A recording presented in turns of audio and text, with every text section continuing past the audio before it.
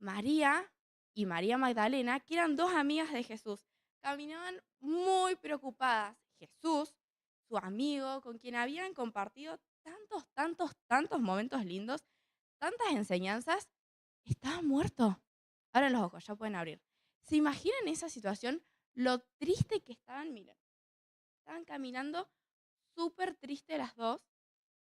Tenían cubierto su rostro de la tristeza. Caminaban, caminaban. Y cuando caminaban, tan tristes, yendo a visitar a Jesús, tipo al sepulcro, se preguntaban, ¿y ahora que murió? ¿Qué vamos a hacer? Ah, pero lo que ellos no sabían era que había venido un ángel. ¿Y saben qué pasó? Hubo un temblor. ¿Alguien sabe o alguien estuvo en un temblor durante un temblor? ¿Sintieron esa fuerza que se mueve la tierra? Es como que agarran y hacen rrrr, así. Ese es un temblor. Y bueno, se produjo un temblor muy grande en ese momento y apareció un ángel muy brillante, muy, muy brillante, con túnicas blancas, y corrió la piedra. La gran piedra que tapaba se empezó a correr, correr, correr, correr, correr, correr, correr, correr, correr, correr, correr. Y Jesús se levantó. Entonces, ¿qué pasa? Ellas no sabían que había pasado eso, por eso estaban tan tristes. Y llegan al lugar y ven que la piedra, esa enorme piedra, estaba corrida. Lo primero que pensaron fue quién había tenido semejante fuerza, porque imaginen el tamaño que tenía. ¿Quién había tenido semejante fuerza para correr esa piedra? Y aparte era algo totalmente increíble que nunca antes había pasado. Y se apresuraron por llegar y ver qué había pasado con el cuerpo de su maestro, porque el cuerpo no estaba. Pero en eso apareció un ángel y escuchen lo que les dijo. No temáis, porque sé que buscáis a Jesús, el crucificado. Él no está aquí, ha resucitado como había dicho. Venid a ver el sepulcro. Está vacío. ¡Ah! Claro, ahí habían comprendido todo lo que Jesús le venía diciendo de que él iba a morir, pero que iba a resucitar y para lo que también tenían que estar preparados. Entonces, imaginen, esa tristeza que tenía, esa preocupación, se transformó en una enorme sonrisa. Jesús estaba vivo. Hoy Jesús no está en la tumba. Jesús murió, resucitó y está en el cielo esperando para venir a buscarnos. Es por eso que nosotros hoy tenemos que estar atentos a las cosas que tenemos que hacer hoy para que pronto, pronto, pronto podamos ir a vivir con Él y nos venga a buscar. Y a su vez tenemos que estar.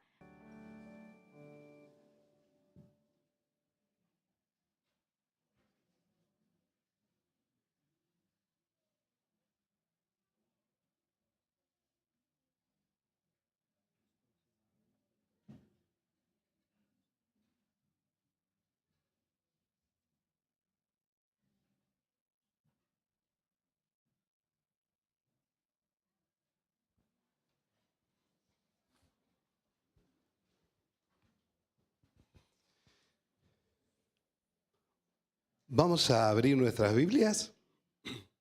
Vamos a abrir nuestras Biblias en el libro de Juan, capítulo 19, versículo 30.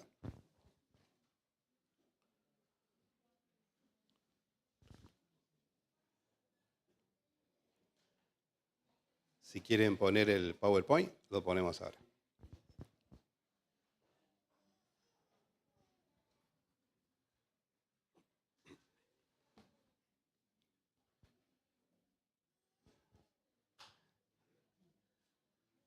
Aquí en el libro de Juan, el discípulo amado de nuestro Señor Jesús, escribió esta frase ahí en el versículo 30.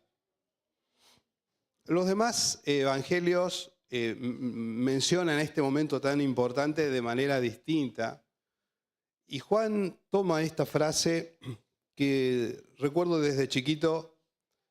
En Semana Santa solíamos con mi papá ir a distintos lugares donde se hacía Semana Santa, digamos, en reuniones en casas de familia, con las diapositivas. ¿Se acuerda que corríamos así? Los aparatitos, poníamos las diapositivas. A mí me tocaba correr las diapositivas, ¿no?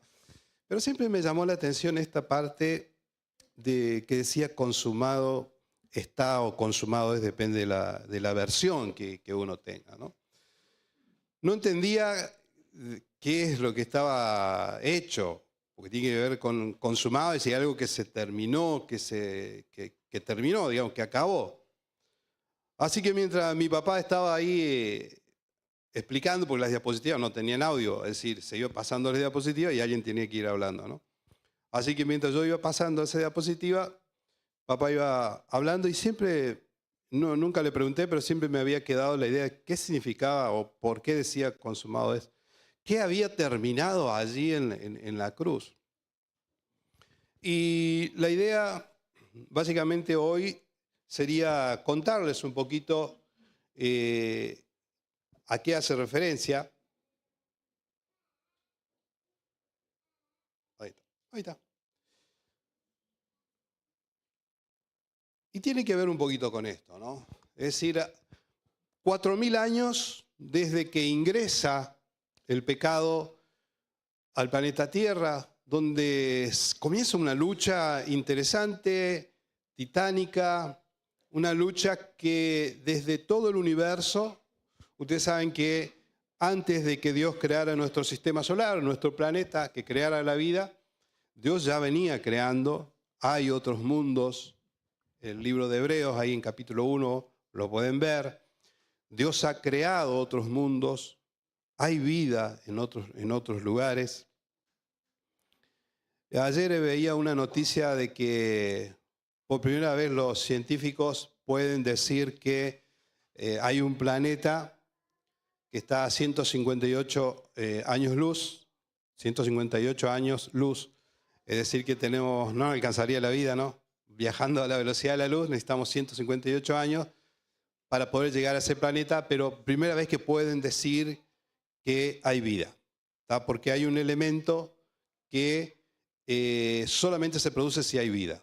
Entonces, bueno, ahora estos científicos, por supuesto, no creen en la existencia de Dios, creen que sí hay vida. Es decir, que ahora van a empezar a escuchar de que sí se puede demostrar científicamente que hay por lo menos un planeta con vida. Nosotros sabemos que Dios es eterno, que es un reino y que a Él le encanta la vida. Por lo tanto, creemos que hay vida en otros mundos. Bueno, en ese entonces, en el comienzo de nuestro planeta, tenemos acá, yo les puse en este diagrama, la creación del hombre, la caída del hombre, la llegada del segundo Adán y la adquisición del derecho a reclamar el principado y el dominio. Eso es lo que podríamos decir que allí en Juan, cuando se dice consumado es, se estaba consumando.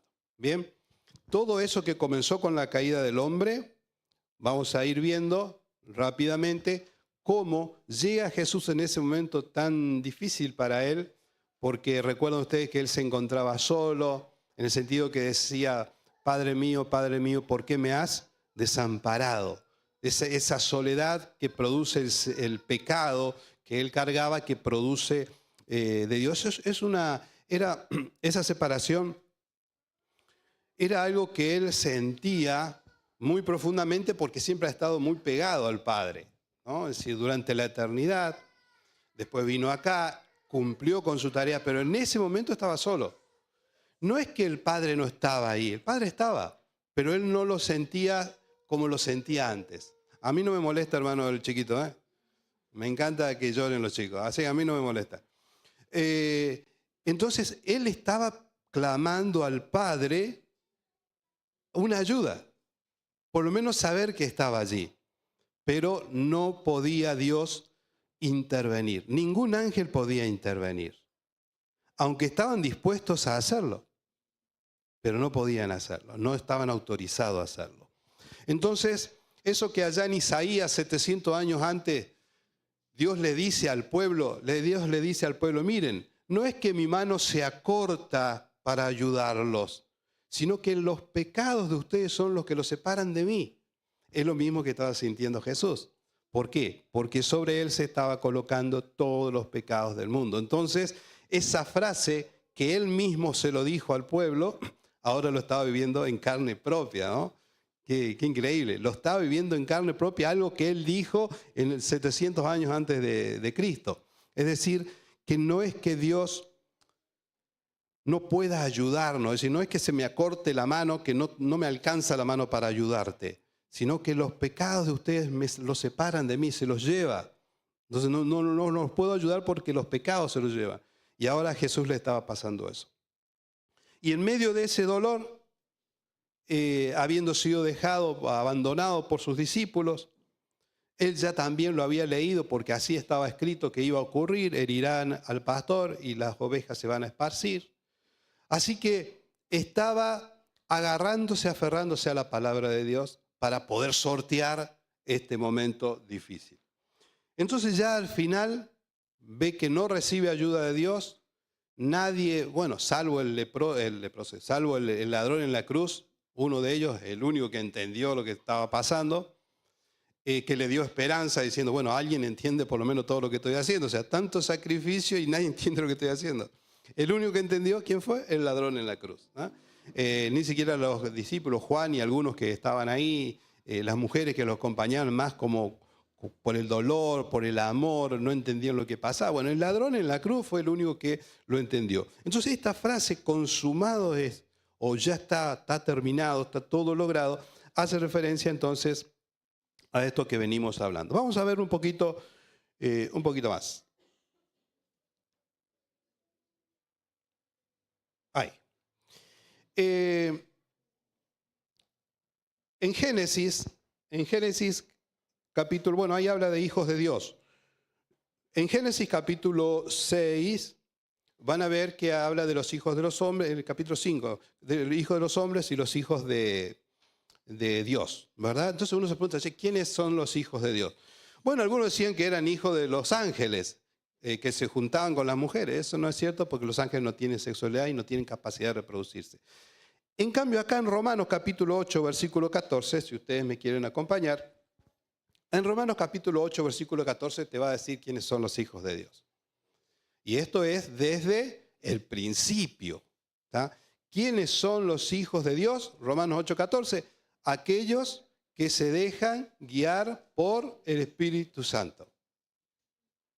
Entonces, ¿nosotros podemos decir que somos hijos de Dios? Sí, si nos dejamos guiar por el Espíritu Santo. Entonces, eso es lo lindo, porque a lo largo de la historia, Dios siempre ha tenido personas que han sido guiadas por el Espíritu de Dios.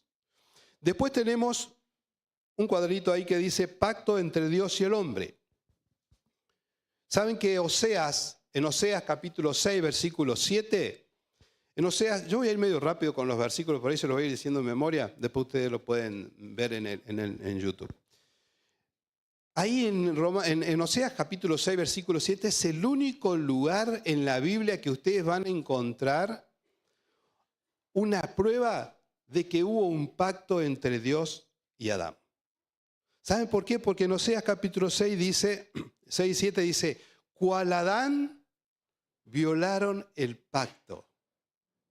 ¿Ah? Cual Adán violaron el pacto. Es el único versículo, a mí me encantó cuando lo encontré, que te indica que hubo un pacto entre Dios y el hombre. Ese pacto entre Dios y el hombre, ¿qué implicaba?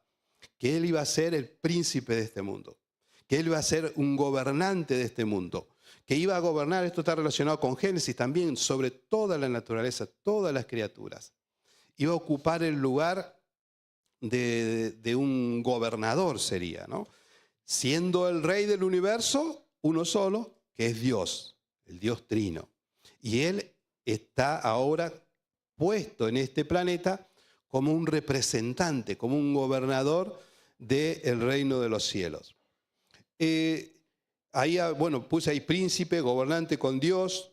¿Cuál era todo pacto conlleva un acuerdo, conlleva una norma, ¿no? Sobre todo esto se ve en derecho internacional, se ve los pactos entre gobiernos necesariamente tienen que estar regulados, llevan una norma. ¿Cuál era el principio general que rige al universo y que ahora Adán y Eva tenían que aceptarlo. Básicamente era: amarás al Señor tu Dios con todo tu corazón, con toda tu alma, con toda tu mente, y a tu prójimo como a ti mismo. Ese sería el resumen. Había uno específico relacionado con el árbol de la ciencia del bien y el mal. Bien concreto, que lo hemos estado estudiando esta semana en la lección. Y esto hace al gobierno del dominio sobre la tierra, que se lo está dando Dios al hombre, y hace a la fidelidad. Entonces no era solamente que no podía comer de ese árbol, como vimos en esta lección de esta semana, y después ustedes lo van a seguir repasando. No era solamente eso, implicaba mucho más. Evidentemente había un acuerdo, había un pacto. Por supuesto que el Génesis está lleno de cosas que no se dicen o que se dan por sabidas, ¿tá? Pero este acuerdo implicaba eso, la fidelidad a Dios.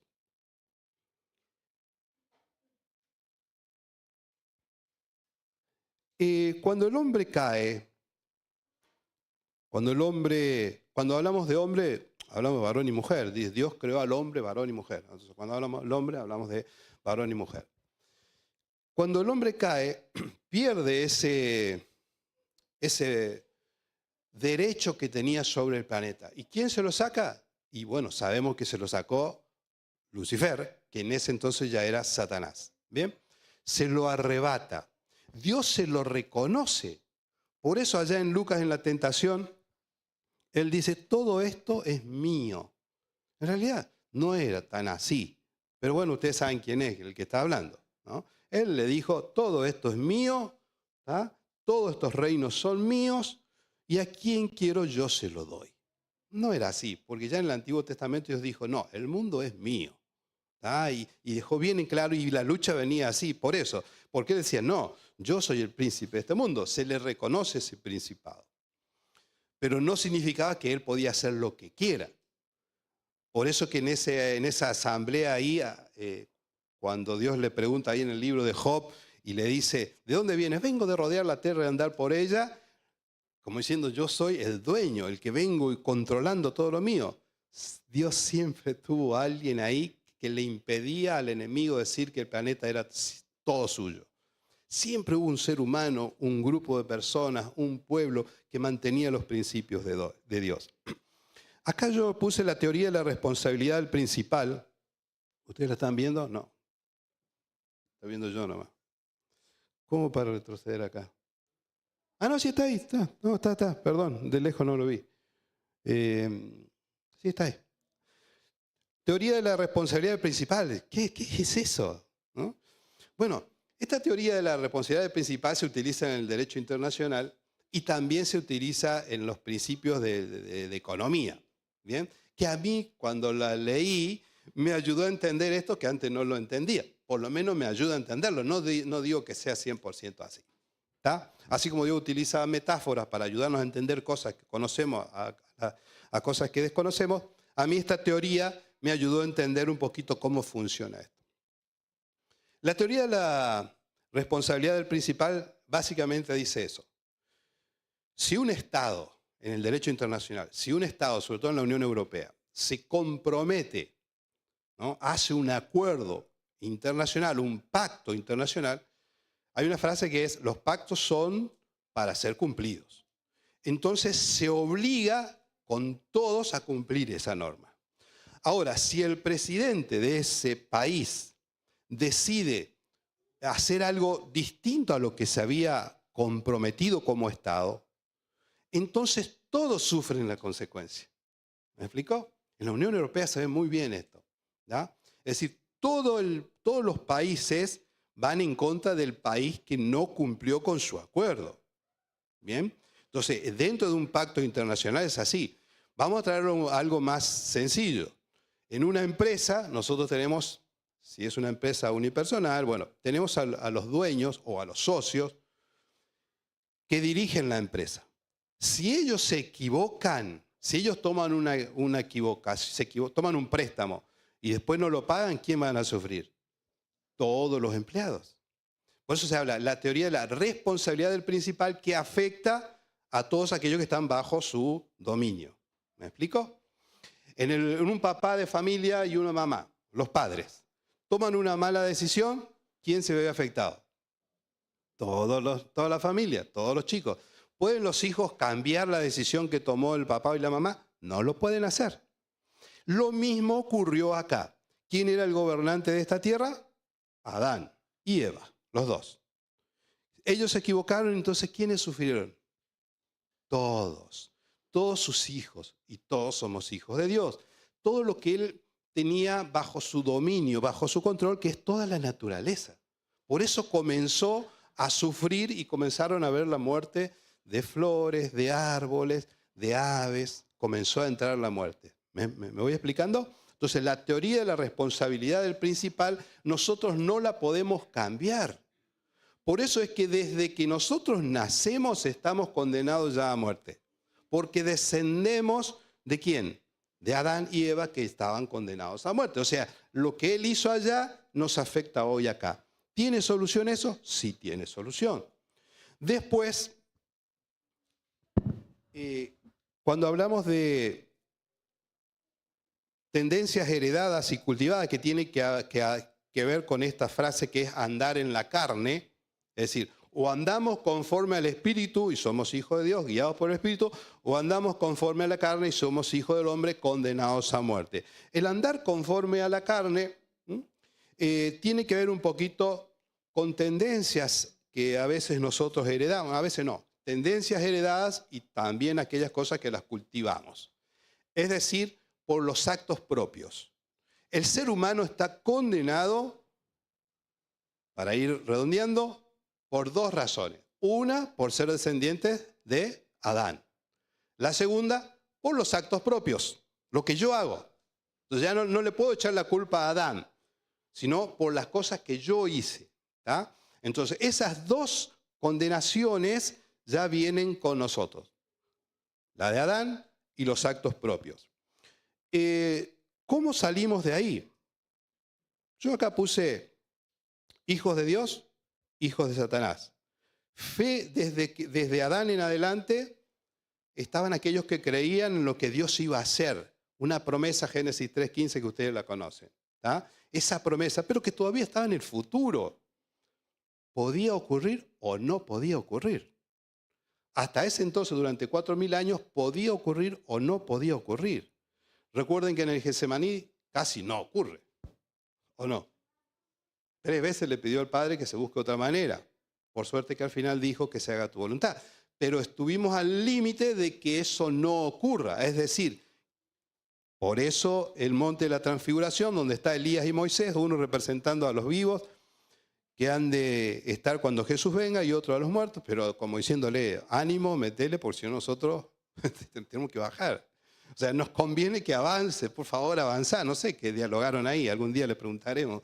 Pero evidentemente Dios por algo les permitió que se presenten allí. Ninguno de los discípulos entendía lo que Él estaba haciendo.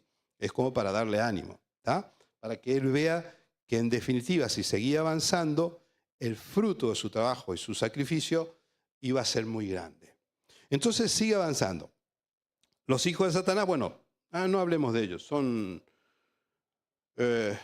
hasta el día de hoy, existen. Y digo, ¿y por qué no estamos nosotros incluidos ahí? Y ahora les cuento por qué no estamos incluidos ahí. Vamos a la siguiente diapositiva, si logro hacer. Sí, espectacular. Bueno, vamos a ver la misión del Mesías. ¿Recuerdan? Consumado es. ¿Qué se consumó? ¿Qué estaba? Misión del Mesías. Primero, restauración del dominio antiguo. ¿Cuál era el dominio? El que había recibido el primer Adán. Así que tiene que recuperarlo. Restauración del principado. Yo les dejo los versículos para que ustedes los vean. Restauración del principado, lo van a encontrar ahí en Isaías 9:6, Colosenses 2:10. Recuperación del reino. A ustedes enseguida les viene a la mente todo lo que es la estatua de Daniel, todas las profecías de Daniel y Apocalipsis, ¿verdad?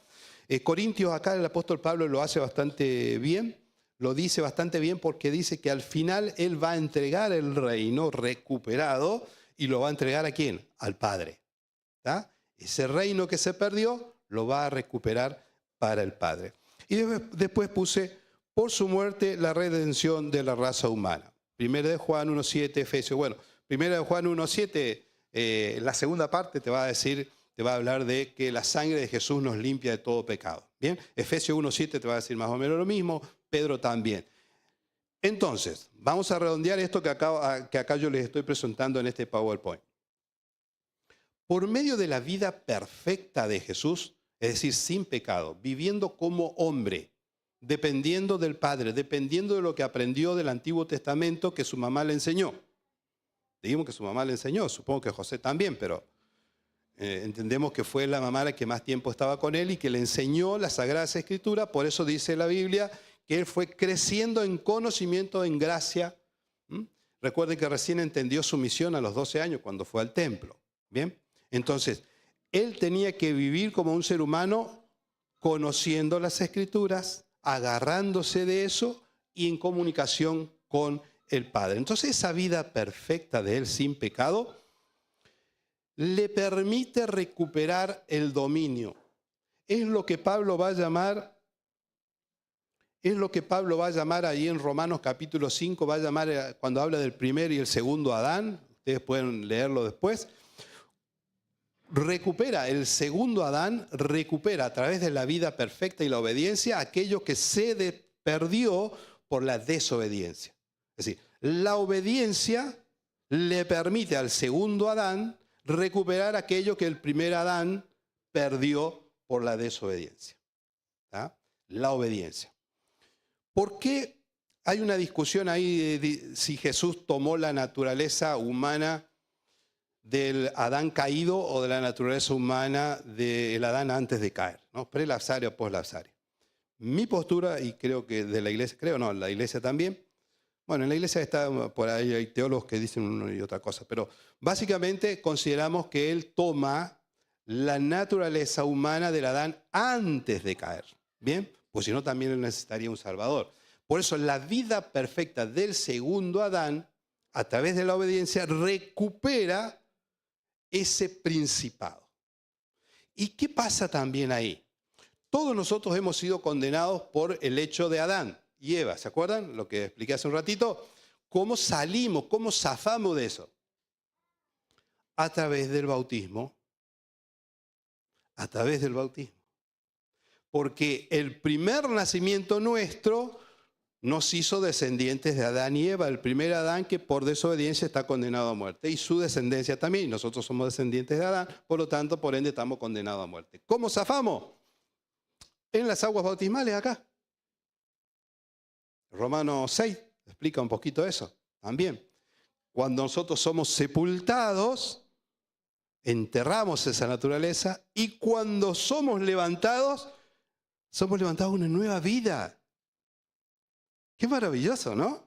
Entonces, por eso Pablo me encanta cuando dice, por un hombre entró el pecado y la muerte para todos, por un hombre entró la vida eterna para todos. Lo único que tenemos que hacer nosotros, ¿qué es? Aceptarlo.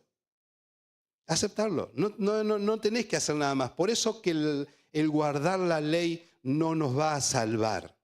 ¿Por qué? Porque estamos condenados por la naturaleza humana que tenemos descendientes de Adán. Ahora, ¿cómo solucionamos el otro problema? Los otros problemas ya no tienen la culpa Adán. ¿Quién tiene la culpa? Nosotros. Por los hechos propios. Primera de Juan capítulo 1, versículo 7, no, miento, 3:4, 1 Juan capítulo 3:4, dice, es el único versículo que te va a dar la definición de pecado, ¿no? Pecado es transgresión de la ley. Santiago 4:17, el pecado de omisión. Santiago 4:17, el que sabe hacer lo bueno y no lo hace, le es considerado pecado. ¿Tá? Las dos definiciones de pecado en la Biblia, de la cual nosotros no podemos echarle la culpa absolutamente a nadie. Somos responsables. ¿Tá? Somos responsables. En el derecho sería la siguiente idea del derecho que nos ayuda a entender estos actos. Nosotros tenemos discernimiento, intención y libertad. No podemos alegar ninguno de los tres para decir por qué pecamos, ¿no? Porque tenemos discernimiento, porque la conciencia nuestra nos dice que está bien y está mal. Dios nos habla a través de su palabra. Dios nos habla a través de una persona. Discernimiento. Intención. Intención, es cierto, solo Dios juzga las intenciones. Y lo va a hacer. Lo va a hacer. Entonces, discernimiento, intención y libertad para hacerlo. No hay excusa para el pecado. No hay excusa. Por lo tanto, la única forma de salir de esto es a través de lo que ya dijimos, 1 Juan 1:7, que es la sangre de Jesús, nos limpia de todo pecado. Qué bueno, ¿no? Justificación es lo que Cristo hizo por nosotros en la cruz. Santificación es el proceso que dura toda la vida. Y en este proceso es al cual nosotros estamos invitados. Acá puse consumado es. Puse la cruz, puse los hijos de Dios que vivieron antes de que Cristo viniera y los hijos de Dios a partir de la cruz en adelante. Unos tenían una fe en la promesa que estaba en el futuro y nosotros tenemos la fe en algo que ya ocurrió, pero necesitamos fe. También necesitamos fe. Ellos tenían fe, Hebreos 11:1, es pues la fe, la certeza de lo que se espera, la convicción de lo que no se ve, en algo que iba a ocurrir en el futuro. Nosotros en algo que pasó, con todo aquello, el enemigo que quiere decirnos que no ocurrió y un montón de cosas. Es decir, tenemos que tener fe. No lo vimos a Jesús morir, pero tenemos que agarrarnos por fe de eso, ¿no? Entonces, ese consumado tiene que ver con la recuperación del dominio, el principado antiguo y la redención. Y en las lecciones de escuela sabática creo que la semana pasada fue, me gustó una frase porque yo siempre hablaba de la raza humana. Siempre cuando hablaba de estos temas hablaba de la raza humana. Pero me encantó esta frase que apareció en la lección de escuela sabática, que es la familia humana. Me encantó esa frase, ¿no? La familia humana. Es decir, que Dios recupera a la familia humana. Porque Él la considera su familia, no una raza. La raza dijimos nosotros, lo ponemos nosotros. Como hay raza de perros. No, somos mucho más para Dios, ¿no? Somos la familia de Dios. La última diapositiva dice así: de Él viene que vosotros estéis en Cristo Jesús, quien nos fue hecho por Dios sabiduría, justificación, santificación y redención. Para que, como está escrito, el que se gloría, gloríese en el Señor. Y después este versículo de 1 Juan que es maravilloso. Mirad cuál amor nos ha dado el Padre para que seamos llamados hijos de Dios. Es cierto que todavía somos débiles, es cierto que todavía nos equivocamos, que tenemos un carácter que se va trabajando, que el Espíritu Santo lo viene trabajando. Pero nunca debemos olvidar, hermanos, nunca debemos olvidar que hemos pasado por las aguas bautismales con todo eso que significa. A veces lo tomamos a la ligera, pero en realidad el pasar por las aguas bautismales es un hecho muy importante. Es un hecho simbólico, pero de gran trascendencia. Así como en el Código Civil nuestro, es el juez el que te va a casar. Y esa frase que dice que los declara marido y mujer es una declaración, no es una mera declaración, mejor dicho, no es una mera declaración. Es una frase que cambia tu estado ante toda la sociedad y también las obligaciones y responsabilidades y privilegios. Entonces no es una frase común. Y solo el juez puede decir los declaro marido y mujer. Y también solo el juez te va a declarar divorciado. ¿Me explico? Es decir, solo el juez tiene esa autoridad. Y así también es en el cielo. Este acto simbólico implica para todo el universo que ustedes y yo no somos más descendientes de Adán. Entonces nos sacamos de encima ese peso. Ahora somos hijos de Dios. Y a veces nos olvidamos en nuestro diario vivir que somos hijos de Dios. Cuando mi hijo se equivoca, ¿deja de ser mi hijo? No. ¿Cómo me siento yo? Con dolor por él. ¿O no? Por ahí me toca trabajar con clientes que están en la cárcel, ¿no? La semana pasada acompañé a uno a entregárselo. Yo lo digo así, ¿no? Por ahí es muy romántico, pero en realidad yo lo veo así. Porque cuando logramos sacar a una persona de la cárcel, presentarlo, traérselo a los padres, ver cómo se abrazan. Para mí es algo normal. Yo voy a la cárcel, voy y salgo. Para mí no es una gran cosa, pero para el que está en la cárcel, porque claro, no es gran cosa porque yo salgo, pero el que está ahí se la ve bastante mal. Y cómo se abrazan y lloran es algo emocionante, ¿no? Entonces, para la mayoría de los padres, sus hijos son inocentes, ¿no? Son inocentes. Por eso la cárcel está llena de inocentes. Para las madres y los padres, son todos inocentes. Es el amigo, es el compañero, pero en realidad él no hizo eso. Bueno, yo no quiero destruir esa inocencia de ellos, así que por ahí no les cuento cosas que hay en el expediente porque no tiene sentido, ¿no? Lo hecho está, ¿no? Entonces, ¿por qué la traigo esta colación? Y porque a mí me hace acordar eso de Dios. Porque Dios dice, miren, que el justo, el que se bautizó o el que por fe aceptó al Cordero, que habría de venir, el justo cuando cae no quedará postrado. ¿Por qué? Porque Jehová le sostiene de su mano derecha. Entonces no podemos dejarnos desanimar por el enemigo durante la semana, que es la lucha fuerte, de que nos levantamos hasta que nos acostamos, una lucha fuerte entre el bien y el mal. Satanás que quiere hacernos olvidar que somos hijos de Dios. Satanás que quiere desanimarnos. Me da mucha pena por ahí hablar con algunos jóvenes que han intentado quitarse la vida, ¿no? Me da pena porque en algo hemos fallado nosotros como iglesia. El otro día hubo un podcast fe de nuestra iglesia de Alto Alberdi y ahí escuché a varios jóvenes en un tema muy lindo que hacen los jóvenes de la iglesia.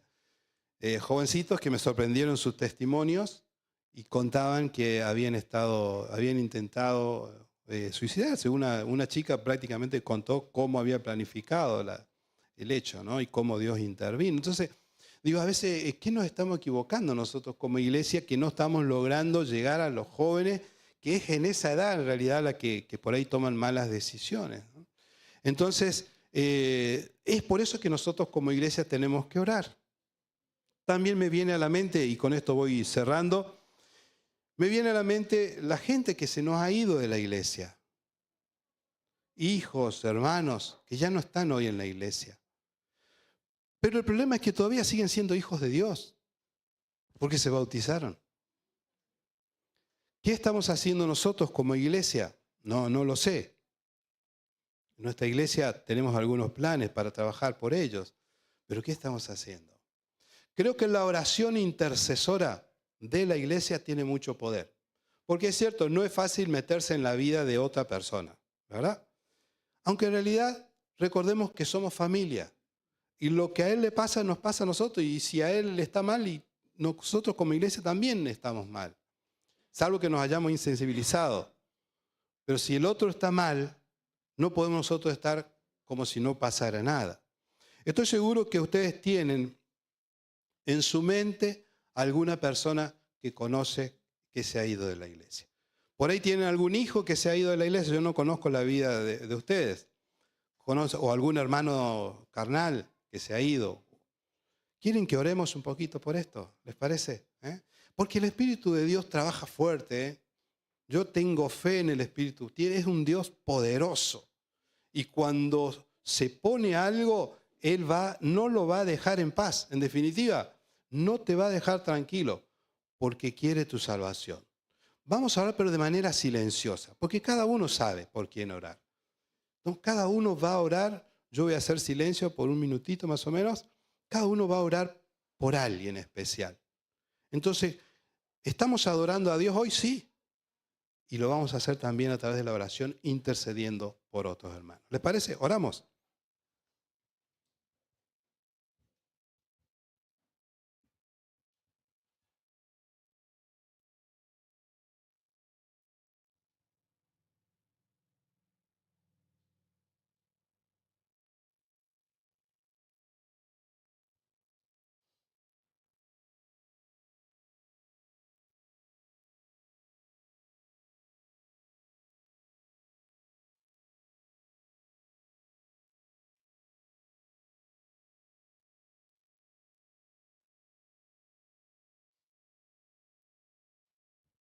Querido Dios, como congregación, reunidos aquí sabiendo que tú estás presente, que tu Espíritu Santo que está acá entre nosotros, queremos pedirte interceder por cada uno de estos hermanos que se han bautizado, de los cuales tú has dicho